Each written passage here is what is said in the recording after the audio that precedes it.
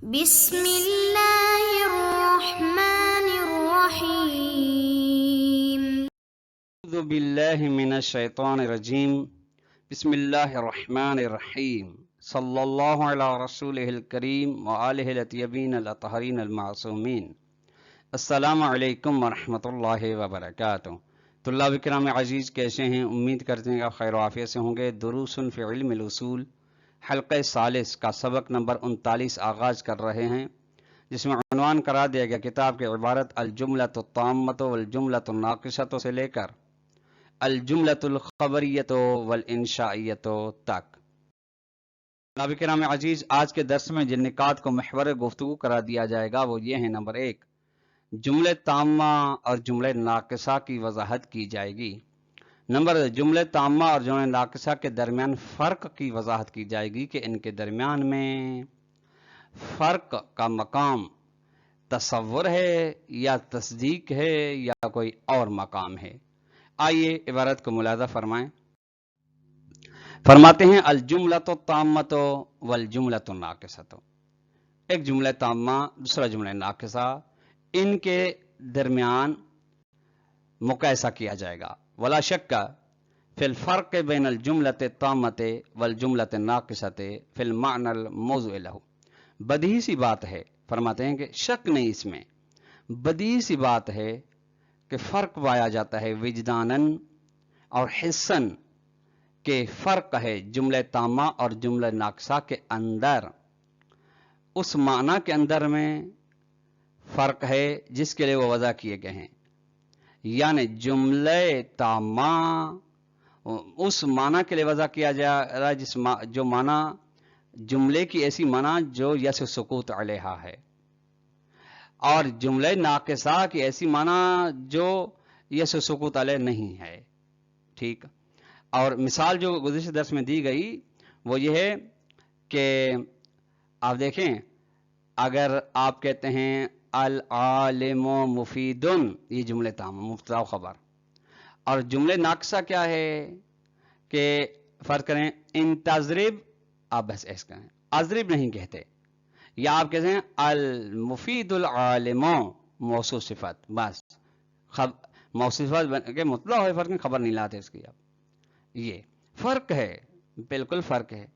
فمن اعتبر نفس المدلول تصدیقی موضوعا لہ، بس جو آدمی جو عالم یہ لحاظ کرتا ہے خود مدلول تصدیقی جملہ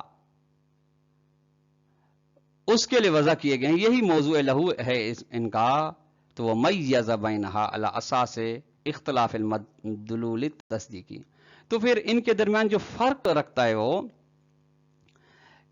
کہتا ہے کہ فرق ان کے درمیان میں پھر مدلول تصدیقی کے اندر ہے۔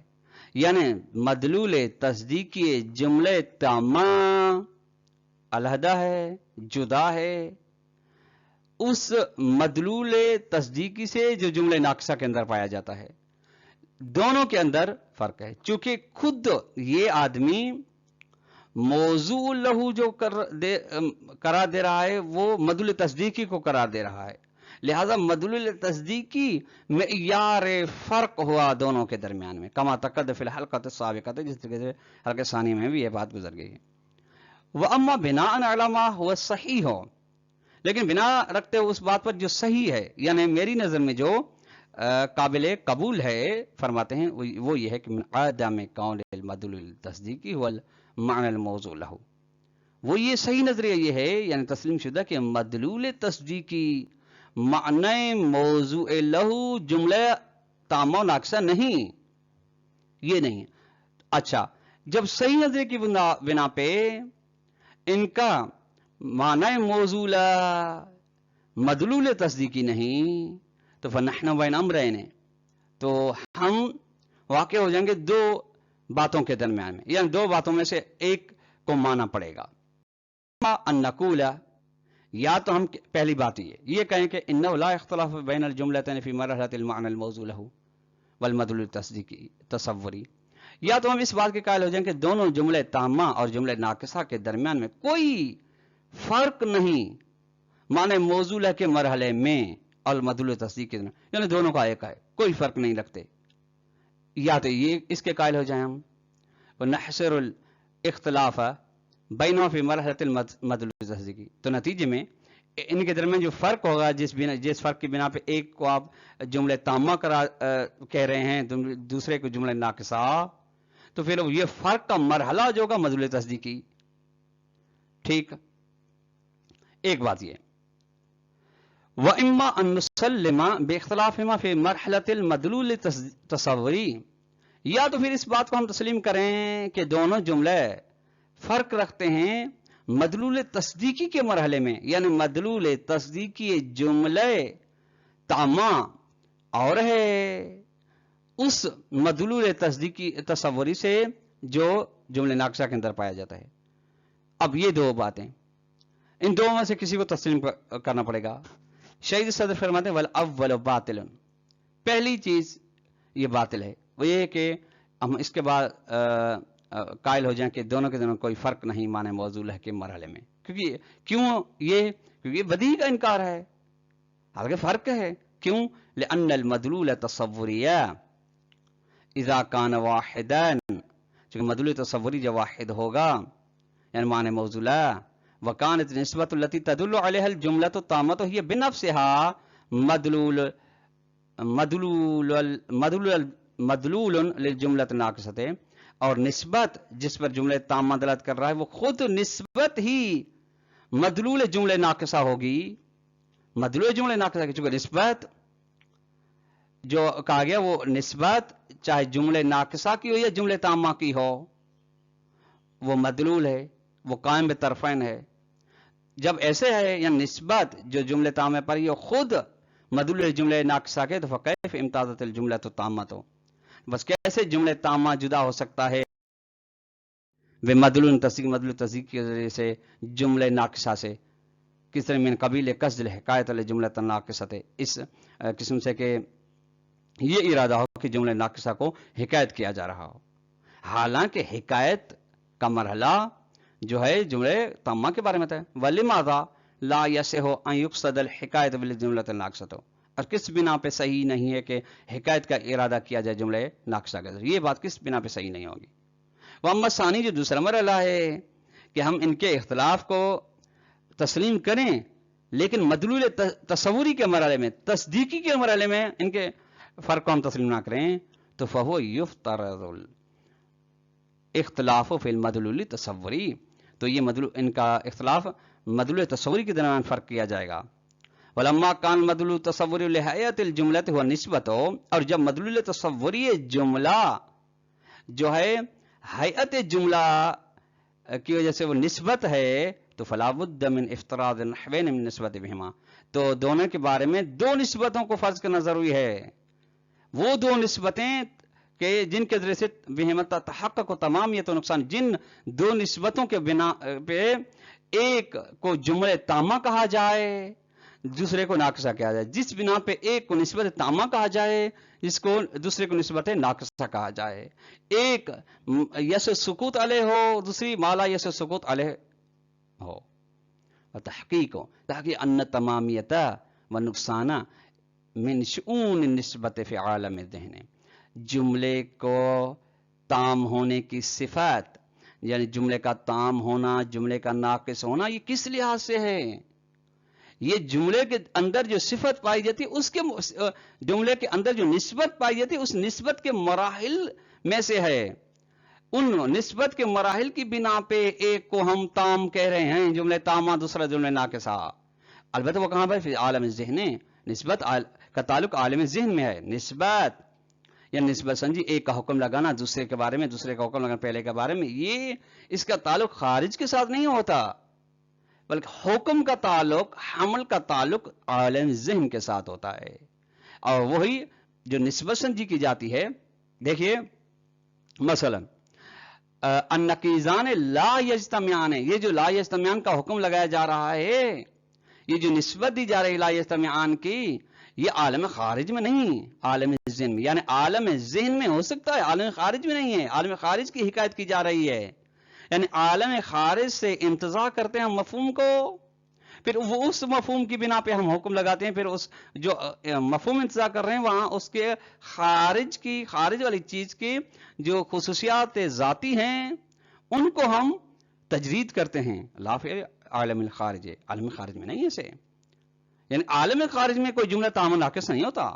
بس اب مثال کے اندر سمجھیں، تکون نسبت بینہما تامتن، ان کے درمیان نسبت تامہ ہوگی، پر کب؟ اذا جعلنا منہما مبتدأ و خبرا، جب دونوں میں سے ہم ایک کو مبتدا کرا دیں دوسرے کو خبر. مثلا مفید شخص کا نام ہو، ہم کہیں مفید عالم، یا المفید عالم بھی درست ہے، یہ نسبت ماں، یعنی سننے والا سامع کے ذہن میں جو معنی خطور کر رہا ہے اس معنی پر اس کے لیے یہ سکوت ہے اور کسی دوسری چیز کا وہ انتظار نہیں کرے گا.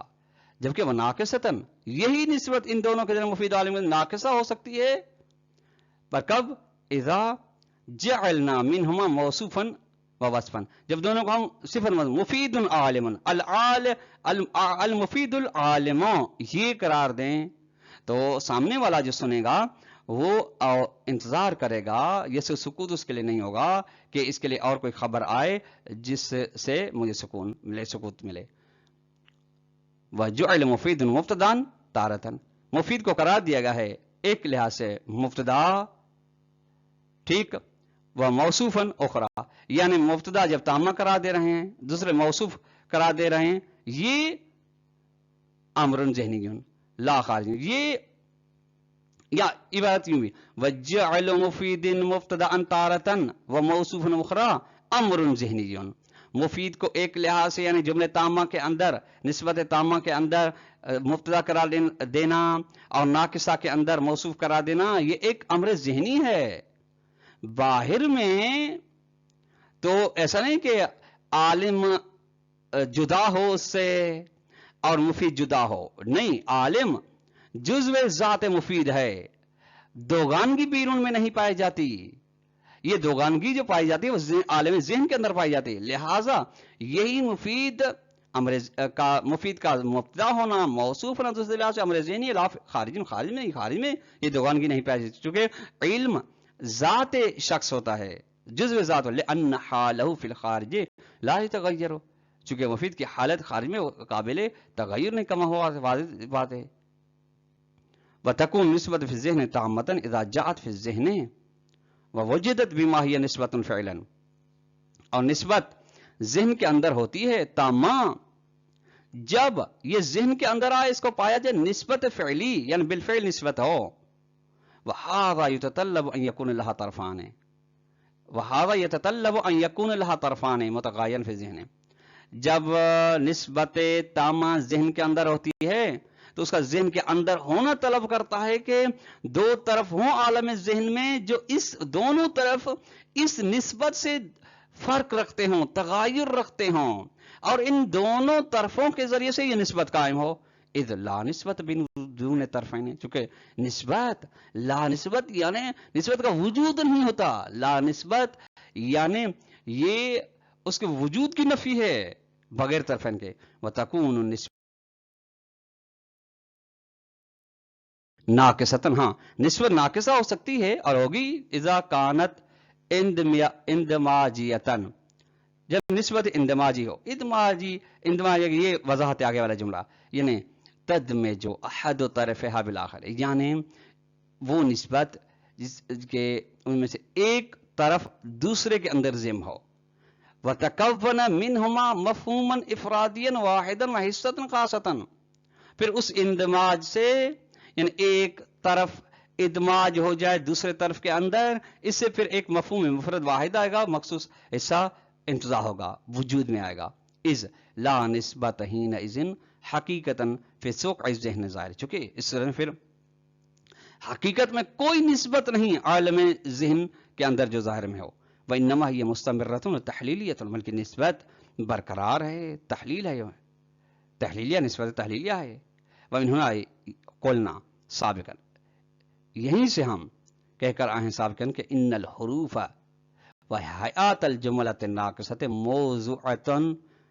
موضوعۃ للنسب اندماجیۃ ای تحلیلیۃ، کہ یعنی اسے یہ گویا فرض کر لیں کہ شہید صدر یہاں پہ اپنا نظریہ بھی بیان فرما رہے ہیں کہ ہم کہ حروف اور جملات ناقصہ تامہ نہیں، جملات ناقصہ کی حیت العالم المفید، یہ اس کی جو حیت ہے ان کو وضع کیا ہے نسبت اندماجیہ کے لیے، یعنی ان میں سے ایک دوسرے کے اندر ضمن ہے، موصوف صفت کے اندر ضمن ہے، ٹھیک ہے، یہ تعریف وان، جبکہ وان حیات الجمل تامت، جبکہ جمل تامہ کی جو حیت ہے وہ موضوعۃ للنسب غیر اندماجیۃ، یہ وضع کی گئی ایسی نسبتوں کے لیے جو اندماج نہیں، ایک دوسرے کے اندر داخل نہیں ہے۔ فرض کریں یعنی وہ جو اطراف ہیں جملے تامہ کا اطراف، مثلا المفید عالم مبتدا خبر، یہ ایک دوسرے کے اندر داخل نہیں، ان کے اندر یہ حیت جو ہے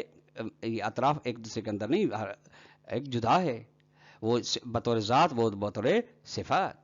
تو اللہ کرام آج کا درس اختتام کو پہنچا۔ والسلام علیکم ورحمۃ اللہ وبرکاتہ۔